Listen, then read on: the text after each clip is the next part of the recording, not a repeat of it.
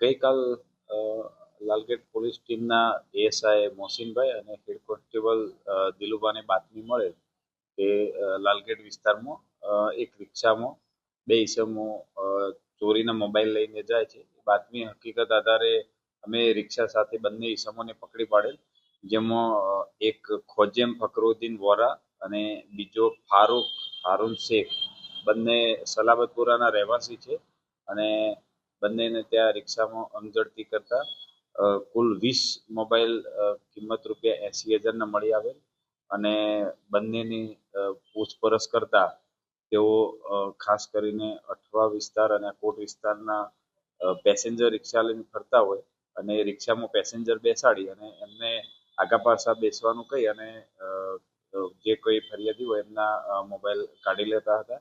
એ રીતના કુલ 20 મોબાઈલ એમની પાસેથી હાલ કબજે કરવામાં આવેલ છે.